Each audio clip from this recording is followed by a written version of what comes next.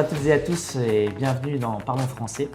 Aujourd'hui, on a un invité qui vient tout droit de Bretagne, Franck Nicolas. On est très heureux de l'accueillir. Bonjour Franck.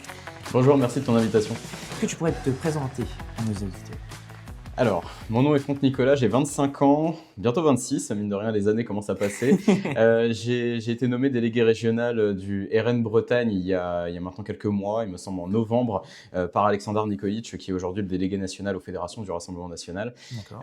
Je suis également son assistant à la délégation des fédérations au siège du Rassemblement national, à ce qui était, on va dire, l'ancienne direction générale. Je viens de Pleumeur, qui est une ville du Finistère Sud, malgré le fait que je sois un breton d'adoption, parce que je suis né malheureusement à Paris, on ne choisit pas son lieu de naissance, mais j'ai choisi mon lieu d'ancrage, on va dire ça comme ça.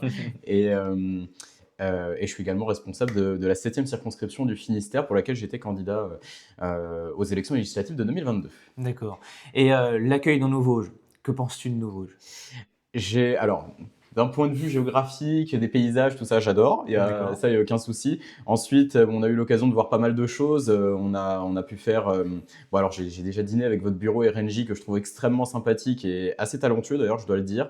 Ensuite, on a eu l'occasion d'aller faire un marché, d'aller tracter sur le marché d'Épinal samedi matin. On a eu un excellent accueil. Hein. On va dire qu'on a dû donner à peu près 15 tracts pour un refus, ce qui est un excellent ratio. Mais j'ai envie de dire, c'est un ratio qu'on retrouve sur la quasi-intégralité des marchés maintenant qu'on fait, peu importe les fédérations, même dans les endroits les plus difficiles, on remarque que l'accueil est extraordinaire. Et ensuite, on a pu aller visiter la permanence de Sébastien Imbert, qui est nouveau député de la 4e circonscription des Vosges. C'est ça, oui. Et que j'ai eu le plaisir et l'honneur de rencontrer, parce que je ne l'avais jamais croisé encore à l'Assemblée. J'ai été collaborateur parlementaire, on va dire, dans mon ancienne vie, mais surtout sous la 16e législature. Aujourd'hui, on est sous la 17e et je n'avais pas eu l'occasion de le croiser. C'est un député que je trouve extraordinaire, qui parle très bien des sujets locaux, on voit qu'il a une maîtrise de ses dossiers, et en plus de ça, il est très sympathique. Donc, j'aurais beaucoup de plaisir à le revoir plus tard. Et ensuite, on avait terminé par une soirée de cohésion où il y avait une quinzaine de personnes à peu près, une quinzaine de jeunes militants, pour une partie des nouveaux d'ailleurs, Oui. qui étaient venus, qui sont également d'un très bon niveau. J'ai récupéré plusieurs numéros de personnes qui, selon moi, ont vraiment un potentiel et pour le coup, je ne me fais aucun souci pour votre fédération. Je pense que les Vosges ont de grands jours devant eux. Eh bien super, on est très heureux que tu aies accepté notre invitation. Sur notre podcast, je ne sais pas si tu as regardé le premier, bien sûr, Si. on prend une partie du podcast pour parler de la jeunesse. On sait qu'à l'heure actuelle, j'ai regardé quelques statistiques, je sais que les 18-25 ans s'intéressent vachement moins à la politique que d'autres catégories de population. Moi, la question que j'ai à te poser, c'est de savoir quelles sont les solutions pour intéresser ces jeunes-là. Alors, en faisant mes préparatifs pour ce podcast, j'ai eu l'occasion de retrouver un très vieux communiqué de presse de 2015 qui a été écrit par quelqu'un que vous connaissez bien, parce que c'est le député de la 2e circonscription des Vosges pour le Rassemblement national, c'est Gaëtan Dussaucet. D'ailleurs, on espère avoir peut-être la chance un jour de l'interviewer, tout comme Sébastien, bien sûr. Alors, j'espère qu'il le fera, parce que J'espère c'est aussi. très bien organisé et vous avez l'air de vous améliorer encore de podcast en podcast. Oui. Donc Gaëtan, à l'époque où il était directeur national du FNJ, sont suivis d'autres noms un peu connus, Alexandar Nikolic notamment, Jordan Bardella d'ailleurs aussi, Oui. et Pierre Romain Thionnet aujourd'hui. Gaëtan avait axé son communiqué de presse sur le fait que si on voulait que les jeunes s'intéressent à la politique, il fallait déjà que la politique les respecte. Et ça, je le rejoins totalement là-dessus, puisque je pense qu'il y a une grosse partie des jeunes qui ne s'intéressent pas à la politique, qui vont considérer que la chose publique, en fait, c'est quelque chose qui les dépasse, pour laquelle, en fait, ils n'ont aucun contrôle, alors même que le bulletin de vote est le premier élément de contrôle, quand même, de la politique publique. Donc, ils ont l'impression, en fait, qu'ils n'ont pas la main dessus, que les politiques ne s'intéressent pas à eux. Et là, pour le coup, Marine Le Pen avait quand même proposé un programme en 2022, un livret thématique entier consacré à la politique de la jeunesse, qui montrait que Marine Le Pen était peut-être la candidate la plus à même de pouvoir leur proposer des choses qui les intéresseraient. Donc, comment les réintéresser à la chose publique? Alors déjà, je pense que les réseaux sociaux ont un poids, je dirais, dans la repolitisation des jeunes. Parce qu'aujourd'hui, aujourd'hui, ce n'est pas pour rien d'ailleurs que le RNJ est en pleine expansion, parce qu'on a de plus en plus d'adhérents jeunes au Rassemblement national. Je ne sais pas si c'est le cas dans les autres partis politiques, je vous avoue, Oui, j'en ai, oui. voilà, pour le coup, j'ai aucune idée de On leur ça. posera la question peut-être un jour, hein, on Peut-être, verra bien. voilà, le jour où vous aurez un invité d'un autre parti, aucun problème. Et donc, les effectifs militants doublent, triplent. Je le vois dans ma région. Enfin, on était encore il y a quelques semaines, on avait organisé un week-end de cohésion dans la ville de Plouay, dans le Morbihan. On s'attendait pas à avoir 50 jeunes qui viendraient. Il y a encore quelques années, quand je suis arrivé en 2017 et quand j'ai vraiment commencé à beaucoup m'investir en 2021, notamment dans des départementales, on n'aurait jamais vu 50 jeunes qui venaient à un événement. Oui. Donc, je pense que c'est déjà révélateur. Si aujourd'hui il y a une repolitisation, ça doit venir des réseaux sociaux. Ça vient peut-être aussi pour nous, peut-être de Jordan Bardella, peut-être voilà, de l'émergence d'une figure jeune dans la politique française. Jordan Bardella qui n'a que 29 ans. Hein. On a tendance à oublier qu'il n'a même pas encore atteint les 30 ans et qu'il est toujours RNJ d'ailleurs. C'est vrai. Et même alors qu'il est président du RN. On remarque, c'est pareil pour moi d'ailleurs, délégué régional RN alors que j'ai 25 ans. Et Romain Lemoigne, pareil, qui a à peu près le même âge que moi dans les Pays de la Loire. On a un parti qui donne beaucoup sa chance aux jeunes. Ça doit aussi jouer, je dirais, dans l'intérêt. Sinon, en termes de politique nationale, parce qu'on peut parler de politique nationale, les jeunes, c'est un enjeu de politique publique majeur. La revue politique et parlementaire, qui n'est pas une revue qui est particulièrement de la chapelle du Rassemblement national, hein, loin s'en faut, parlait en 2023 justement de ce sujet-là en disant que la politique migratoire française était assez ambivalente, puisque finalement le solde migratoire était impacté par le fait que on avait plus d'immigrés donc d'origine étrangère qui arrivaient en France avec un niveau de diplôme qui était inférieur à la moyenne, inférieur en tout cas à ce qui se faisait en France, alors que le taux de Français qui partaient du pays, qui a d'ailleurs à peu près doublé, je crois, entre 2006 et 2021, à l'année, je veux dire, eux, c'était plutôt des gens surdiplômés. Donc, en fait, on importe des personnes sous-diplômées pour en exporter des surdiplômés vers d'autres pays qui, eux, se livrent vraiment à une guerre stratégique de fuite des cerveaux. Je pense aux États-Unis, à la Chine, les pays est-asiatiques, d'ailleurs, en général, le Royaume-Uni également, encore plus proche de nous. Et d'ailleurs, si on peut revenir sur les chiffres, j'ai quand même quelques notes, quelques anti-sèches. C'était bien 160 000 jeunes Français qui partaient en 2006 tous les ans du pays. Aujourd'hui, c'était 270 000 en 2018. De toute façon, à l'heure actuelle, on le voit quand même parce que il y a le domaine majeur de l'IA qui sort en ce moment. On voit que quand même la France est à la traîne en fait sur ce domaine-là. On le voit comparé à d'autres puissances étrangères telles que la Chine et les États-Unis. Et il y a toujours eu cette phrase que je trouve très juste, qui était que les États-Unis pensaient, la Chine produisait et l'Europe réglementait. Et je pense que c'est un vrai souci, justement, dans les politiques européennes. Là, pour le coup, on va au-delà de la France.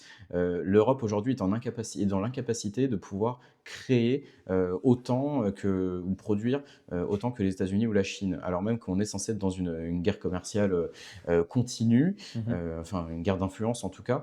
Et aujourd'hui, ça se ressent même dans le nombre de scientifiques qu'il peut y avoir dans notre pays. Déjà, au sein des pays européens, on remarque de grandes disparités. En France, il y a à peu près 10% des scientifiques de l'Union européenne qui sont en France. Pourtant, ils sont 19% en Allemagne. L'Allemagne utilise à peu près 3% de son PIB en recherche et développement. La France, c'est 2%. Ouais. Je crois que la Suède atteint quasiment les 4%. Donc voilà, on a aussi peut-être des priorités qu'il faudrait revoir. C'est-à-dire qu'on utilise 2% de notre PIB pour la recherche et développement, qui est pourtant indispensable si on veut enrayer notamment le déclin industriel dans notre pays. Et pourtant, à côté de ça, on va avoir une augmentation des crédits qui vont être alloués à des sujets, par exemple, comme l'aide médicale d'État. Peut-être qu'on reviendra dessus plus tard dans le podcast, donc je ne vais pas m'attarder dessus pour l'instant.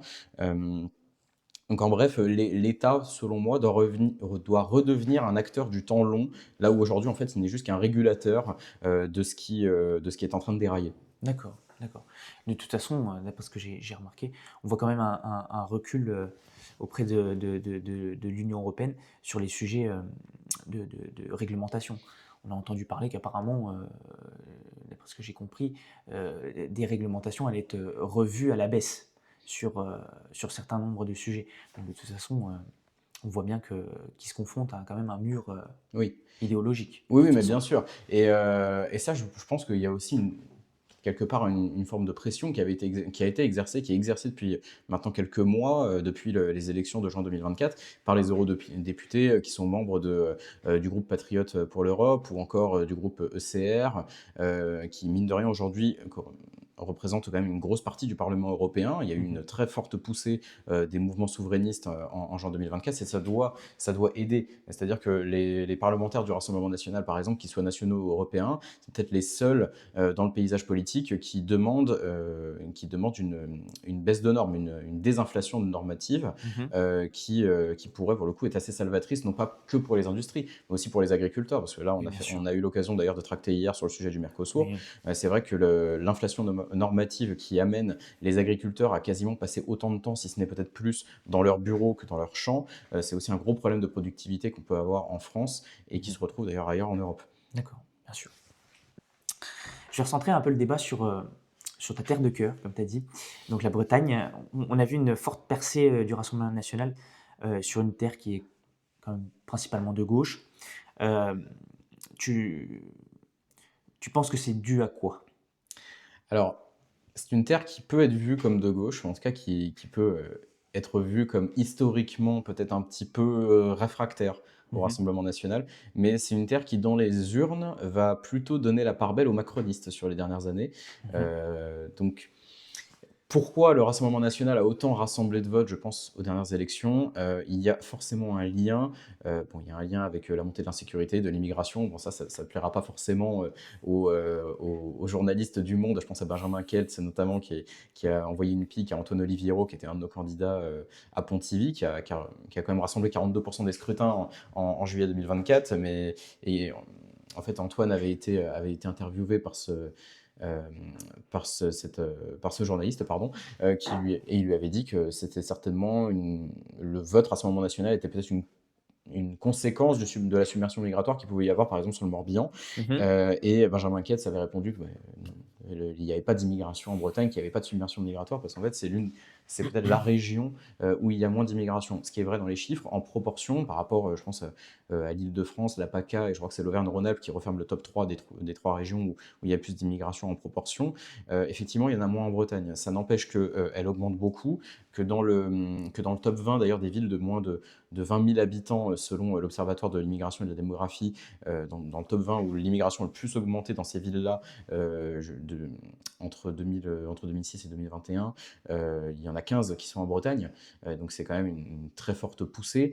Il y a, parmi les villes moyennes, donc les villes encore un petit peu plus grandes, on retrouve Fougères, qui est une ville en Ille-et-Vilaine, qui est la troisième ville en France, ville moyenne, où l'immigration a le plus augmenté. Donc il y a une submersion qui est naissante, qui vient d'ailleurs, qui se ressent aussi dans le fait qu'il y ait beaucoup d'installations, en tout cas qu'il y ait des projets d'installation qui soient amenés dans le débat public. Ça a été le cas en Ille-et-Vilaine, dans les Côtes-d'Armor, donc des projets d'installation de centres d'accueil des demandeurs d'asile, par exemple, qui viennent surtout pour désengorger Paris. Ça, c'était vraiment l'expression. Il fallait désengorger Paris, notamment à l'approche des Jeux Olympiques, et donc il fallait créer des structures d'accueil. Et là, pour le coup, on est allé déplacer beaucoup de demandeurs d'asile, des personnes qui d'ailleurs par la suite, serait intéressant de savoir combien de ces personnes ont pu voir leur demande d'asile être approuvée par l'OFPRA. Mais il y a eu beaucoup donc, de déplacements vers l'ouest, vers la Bretagne, le Pays de la Loire, la Normandie. Donc ça participe. Ensuite, on a également la question de l'insécurité, qui est liée au sujet de l'immigration dans une grosse partie des régions. Et on remarque d'ailleurs que l'insécurité a énormément augmenté sur les dernières années en Bretagne, puisque le nombre de faits délictuels et criminels augmente depuis 2020 de façon constante et a largement d'ailleurs dépassé les chiffres pré-Covid. Donc voilà, on a une augmentation sur le long terme. Sur l'année 2023, sur la région Bretagne, on est passé à 115 000 délits, alors même qu'en 2016, c'était 97 000.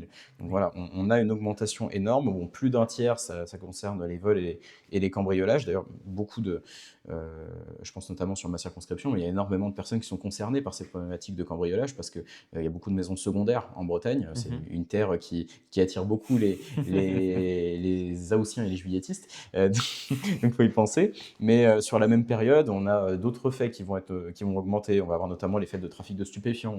On avait 7 000 en 2016, maintenant c'est 10 000. Donc voilà, une augmentation constante et latente.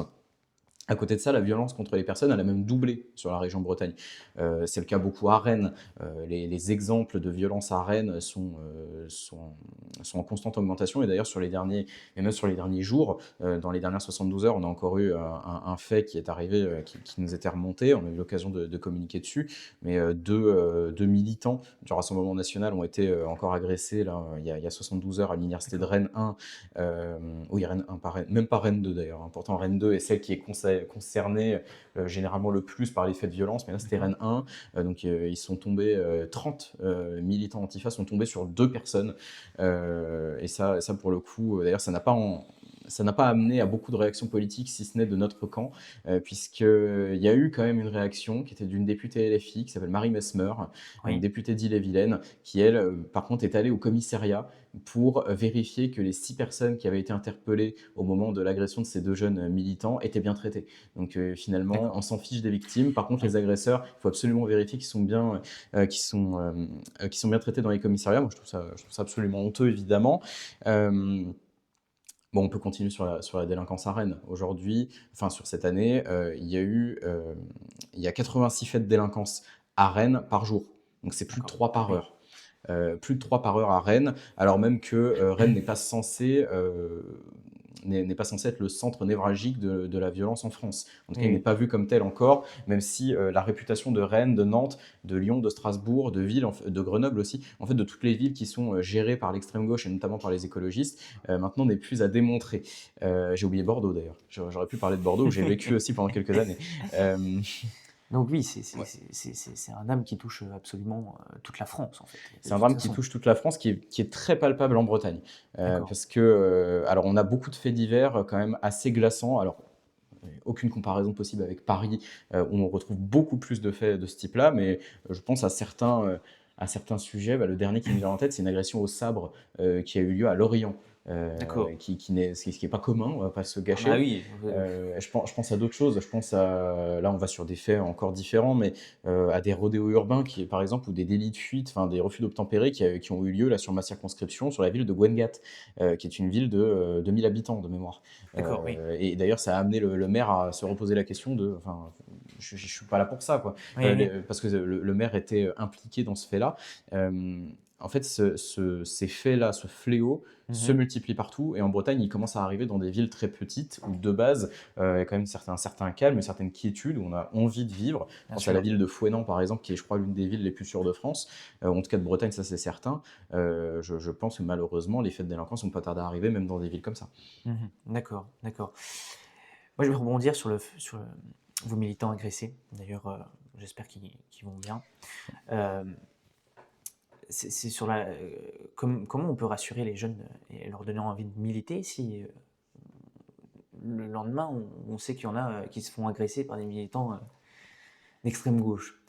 Est-ce que c'est récurrent ou c'est vraiment des cas à part, ce genre d'agression? Je suis déjà content qu'on puisse repartir là-dessus, notamment en évoquant le fait que la violence, elle est plutôt du côté de l'extrême gauche. Puisque nos militants sont absolument impeccables là-dessus. Et je n'ai jamais entendu parler d'une agression qui a été perpétrée par un des membres du Rassemblement national de la jeunesse sur les dernières années. Je n'ai jamais entendu ça, alors même que, voilà, on parle de Rennes, on parle de Nantes, les agressions, elles sont légion. À Bordeaux aussi, ça a été le cas. Quand j'étais responsable des jeunes de Nouvelle-Aquitaine, je m'en souviens très bien, on avait dû gérer ça. Je me souviens de certains épisodes que j'avais vécu même moi-même, notamment à Limoges, à la gare de Limoges, on avait tracté pendant 1 heure. Au final, on a dû partir parce qu'on avait un certain nombre de personnes hostiles qui commençaient à arriver, qui nous ont en fait demandé de partir le plus vite possible, sinon ça allait très mal se passer. Donc comme quoi, la liberté d'expression a aussi ses limites à partir du moment où on se passe du côté de l'extrême gauche. Mais concernant cette question-là qui est fondamentale, qui est celle de l'engagement vis-à-vis de ces personnes-là. Aujourd'hui, la violence est de leur côté et le respect est du nôtre. C'est-à-dire que Mhm. la droiture, la dignité est du côté du Rassemblement national. Je tiens à rassurer la plupart des personnes. Aujourd'hui, les tractages, les événements qu'on fait, en général, se passent très bien. Mhm. Généralement, on a un très bon accueil. On rencontre d'ailleurs énormément de personnes quand on s'engage. Ça, c'est peut-être les meilleures années de ma vie. Moi, je les ai passées au Rassemblement national. Et je pense que je vais continuer pendant encore un certain temps. Mais aujourd'hui, la violence, elle est du côté de l'extrême gauche. Et je dirais que la dignité et la droiture, elle est du côté du Rassemblement national. Mhm. Euh, je- la violence est marginale. Elle est Oui. marginale au niveau de toutes les actions qui sont organisées sur le territoire national. On les retrouve souvent au même endroit, souvent avec le même type d'agresseurs, qui sont tout le temps des militants antifa, des militants qui ont des liens peut-être avec certains partis politiques, qui sont plutôt classés sur la gauche de l'échiquier. Euh, mais ces agressions, elles sont mineures par rapport à tout ce qui peut être organisé. Quand je suis arrivé en 2021, enfin que j'ai commencé à vraiment militer activement, Mhm. j'avais aussi cette peur au début. Je suis allé à mon premier tractage en me disant bah, comment ça va se passer, j'avais aucune certitude. Au final, ça s'est extrêmement bien passé et en fait, au fur et à mesure, on prend d'ailleurs beaucoup de confiance en soi, ça aide beaucoup au niveau personnel de militer et en fait, on se rend compte que ces actes-là, ils sont perpétrés par une, deux personnes qui sont les fous du bus, hein, les fous du village, et qui passent très rarement à l'acte. Quand ils passent à l'acte, c'est qu'ils sont beaucoup, c'est qu'ils sont dans un territoire étrange, Oui. qu'on pourrait presque considérer comme perdu de la République. Je pense notamment à l'université de Rennes, parce que c'est en fait c'est là-bas qu'on a la plupart des agressions.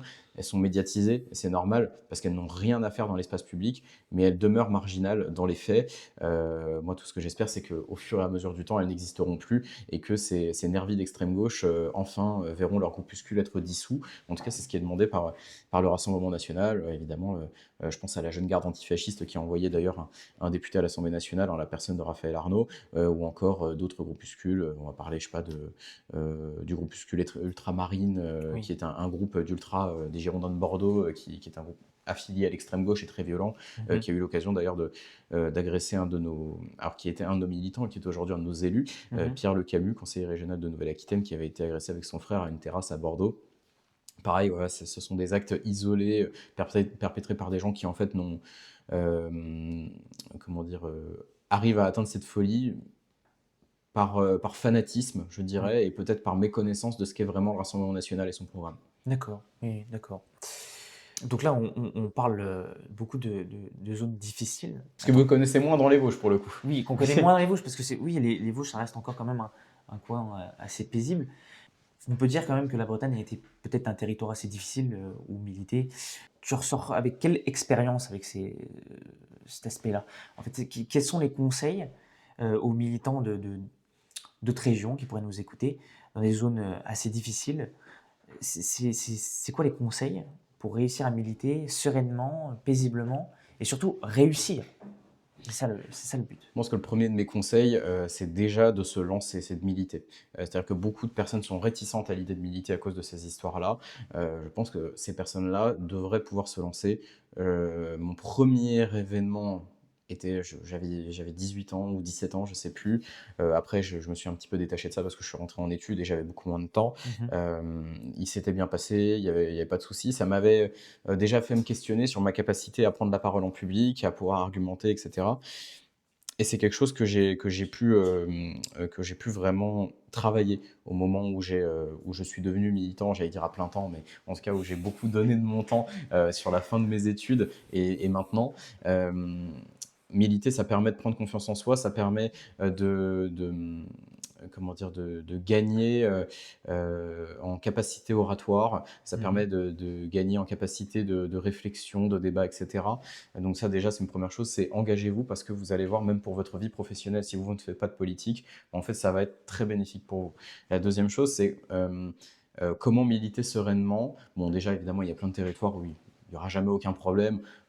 Si vous voyez une personne qui a voté pour le Parti communiste il y a 40 ans, qui vient vous dire que vous êtes un facho, dites-vous juste une chose, peut-être que être, euh, être honni de personnes qui ont du mal à comprendre que le Parti communiste français a des origines très particulières et qui est lié à une idéologie qui a fait plus de 100 millions de morts, dites-vous que c'est presque une médaille de vous faire insulter par une personne qui pense mal. Donc ça, c'est une première chose. Je pense que c'est une belle vision. Une belle vision. Et ensuite, dans les territoires les plus compliqués, il y a une consigne évidente qu'on donne à tout le monde, c'est déjà ne soyez jamais seul.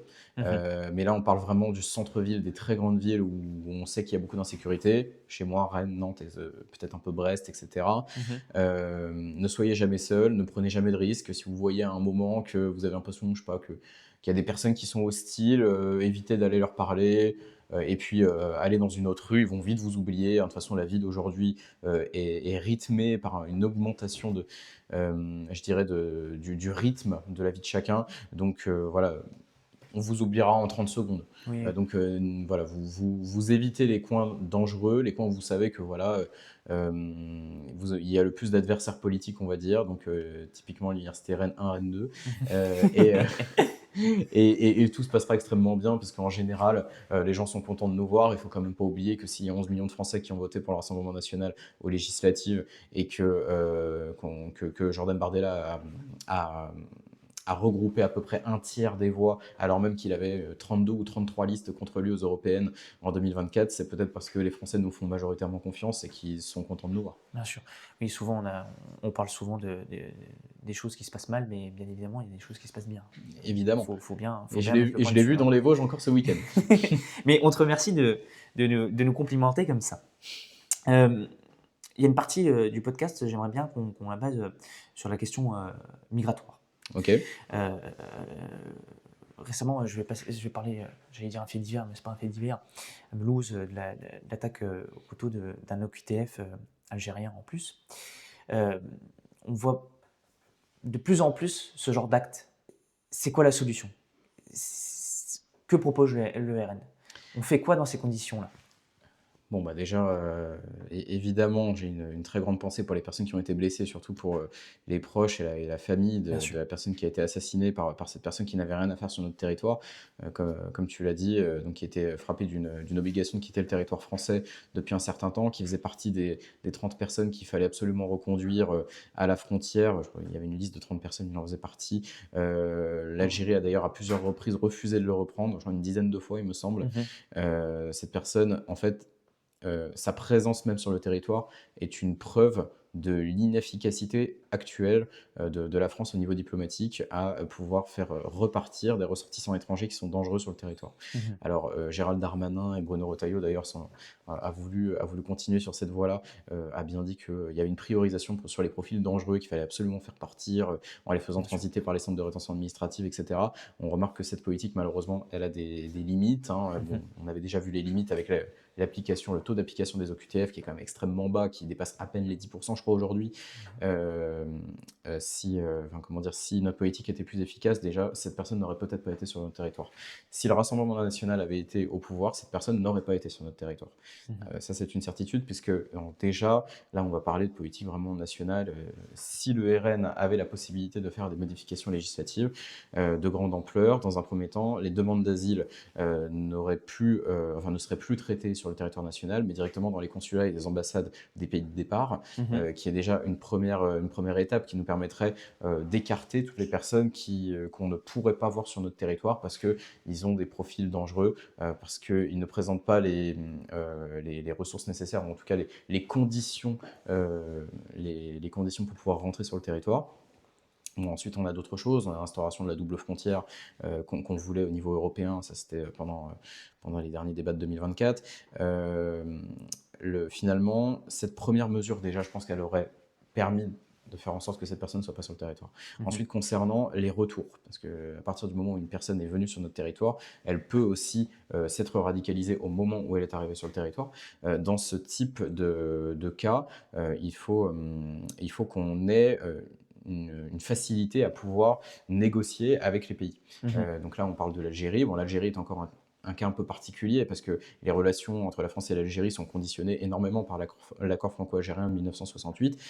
Cet accord franco-algérien, donc on y reviendra après, mais De toute façon, j'allais en parler tout d'accord, à l'heure, très mais bien. oui. Donc là, par exemple, on parle de l'Algérie qui a refusé de retrouver de récupérer son ressortissant qui était sous OQTF.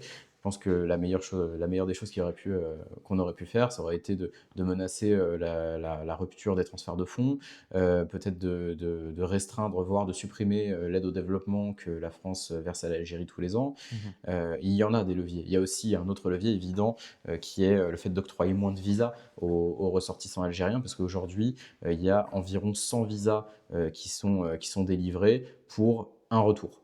Et là, on parle Oui, uniquement des citoyens algériens. d'accord. Donc, il y a un bras de fer diplomatique à amorcer avec ces pays de départ ou ces pays de retour. Et aujourd'hui, visiblement, le ministre de l'Intérieur et le reste du gouvernement ne sont pas à même de pouvoir le faire.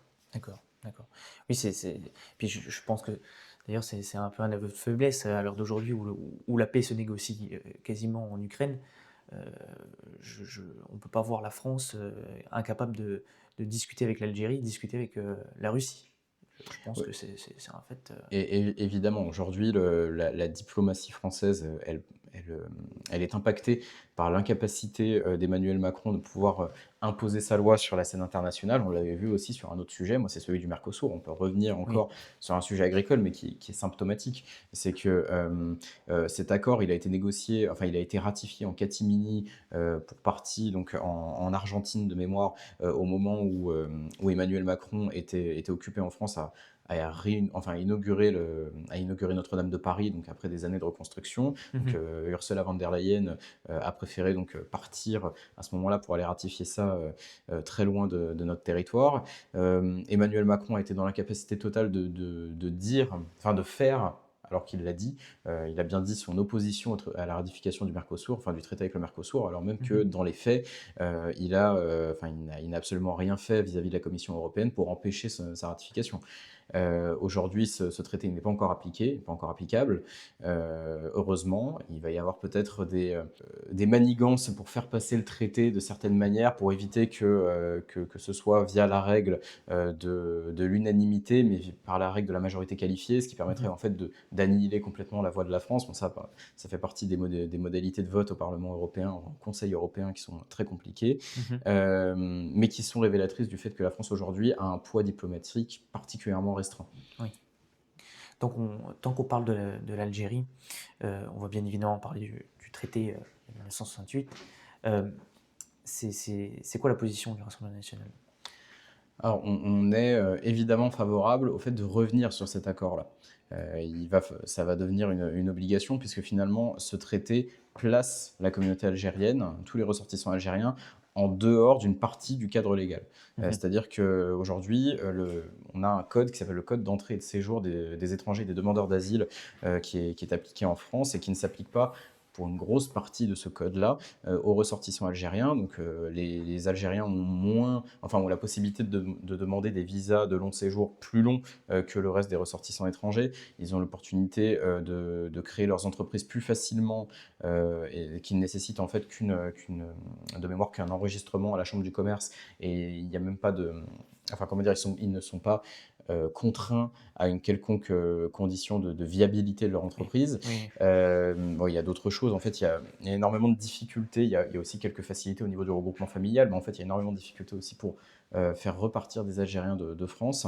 Alors même qu'aujourd'hui, la communauté algérienne représente une part quand même assez significative, par exemple, de notre chômage. De mémoire, il y a 41,6 7% des Algériens qui représentent, enfin qui font partie de notre solde de chômeurs en France. mhm, On a aussi une très grosse surreprésentation des ménages algériens dans les HLM, donc dans les mhm. habitations à loyer modéré, donc qui sont des bâtiments publics où le loyer est abaissé justement pour des questions de faibles moyens. Oui, Cette communauté est particulièrement représentée dans ces habitations-là. Et à côté de ça, ils ont une consommation, donc un apport à l'économie qui est un petit peu inférieur aussi à la moyenne française. Il y a beaucoup de transferts de fonds, donc en fait, il y a beaucoup d'aides aussi qui sont distribuées aux ménages étrangers, et donc je comprends évidemment les Algériens dedans, qui sont renvoyés via transfert de fonds vers le pays d'origine. Enfin, il y a un Oui. certain, il y a une problématique de fond autour de cette communauté-là, et pour le coup, le fait d'octroyer un certain nombre d'avantages et de différenciations parce que ce sont des ressortissants algériens peut poser problème. Durant notre discussion sur l'immigration, je t'ai entendu parler de l'AME. Euh, Ça aussi, je pense que c'est un domaine que le Rassemblement national aimerait bien quand même modifier. Euh, Est-ce que tu peux nous en parler un peu plus? Alors, l'aide médicale d'État, donc c'est un dispositif qui existe depuis le début des années 2000, qui aujourd'hui coûte à peu près 1,2 milliard ou 1,4 milliard d'euros par an, donc sur le crédit santé. Cette aide médicale d'État, aujourd'hui, le Rassemblement national, justement pour pouvoir investir dans d'autres politiques publiques, souhaiterait donc la diminuer et la transformer donc en aide médicale d'urgence, qui ne correspondrait en fait qu'à des prestations médicales qui seraient prescrites pour uniquement les cas d'urgence sur le territoire, Mhm. voilà, les cas d'urgence vitale. Aujourd'hui, il faut savoir que le périmètre d'action de l'AME est extrêmement élargi, enfin extrêmement grand, et qu'en fait, il n'a été contraint qu'à 2 reprises. C'est-à-dire qu'aujourd'hui, les personnes en situation irrégulière, donc qui sont bénéficiaires de l'AME, Mhm. et on estime qu'il y a un peu plus de 400 000 bénéficiaires, hein, à peu près, et encore, il pourrait y en avoir beaucoup plus, parce qu'on estime pareil entre 700 000 et 900 000 clandestins qui sont présents sur le territoire, et même d'ailleurs, certains départements sont très impactés par la présence de clandestins, parce qu'on estimait que la Seine-Saint-Denis était composée à 25% de clandestins, D'accord, ouais. ce qui est immense évidemment. Oui, c'est immense. Euh, Seine-Saint-Denis, qui est un territoire que je connais bien parce que j'y ai passé mon enfance d'ailleurs. Et, et donc oui, aujourd'hui la ME, donc c'est 400 000 bénéficiaires, c'est une moyenne à peu près de 3 000 euros par an par bénéficiaire Mhm. pour des prestations médicales qui sont remboursées à 100%. Et Oui. ce sont des prestations médicales qui en fait englobent l'intégralité des prestations possibles, hormis les cures thermales qui ont été supprimées en 2011 du dispositif. Merci Je dirais Nicolas Sarkozy. encore heureusement. Ouais. Merci Nicolas Sarkozy. Alors Nicolas Sarkozy, d'ailleurs, on aura l'occasion de reparler peut-être des LR, mais Nicolas Sarkozy qui considérait d'ailleurs que l'AME c'est une générosité française sur laquelle il ne fallait pas revenir. Ça c'est toute la duplicité des LR qui avaient encore déposé il y a peut-être 1 an ou 2 ans via l'intermédiaire de Véronique Louwagie une demande de proposition de résolution pour restreindre l'AME à une stricte AMU. Donc évidemment Mhm. le Rassemblement national avait voté pour. On s'était retrouvé bien seul, et d'ailleurs le groupe des Républicains était loin d'être au complet ce jour-là, étrangement. Mais il y a une certaine duplicité vis-à-vis d'ailleurs des LR avec l'immigration. Donc bref, donc on a les cures thermales qui ont été retirées en 2011, et un peu plus tard on a eu la GPA, la gestation pour autrui, qui a été retirée du champ des possibles de l'AME. Mais on retrouve quand même le reste des prestations. On pense par exemple, je sais pas, aux gastroplasties, aux rhinoplasties, Oui. au fait de se faire réaligner les dents. Enfin bref, il y a énormément de prestations comme ça qui sont possibles, enfin qu'il est possible de demander via l'AME.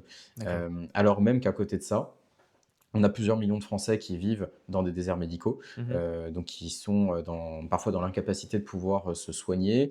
On a une partie des Français, on estimait à peu près à 40%, je crois, 40% de Français qui avaient déjà renoncé à se soigner faute de moyens, donc Oui. à acheter des médicaments faute de moyens.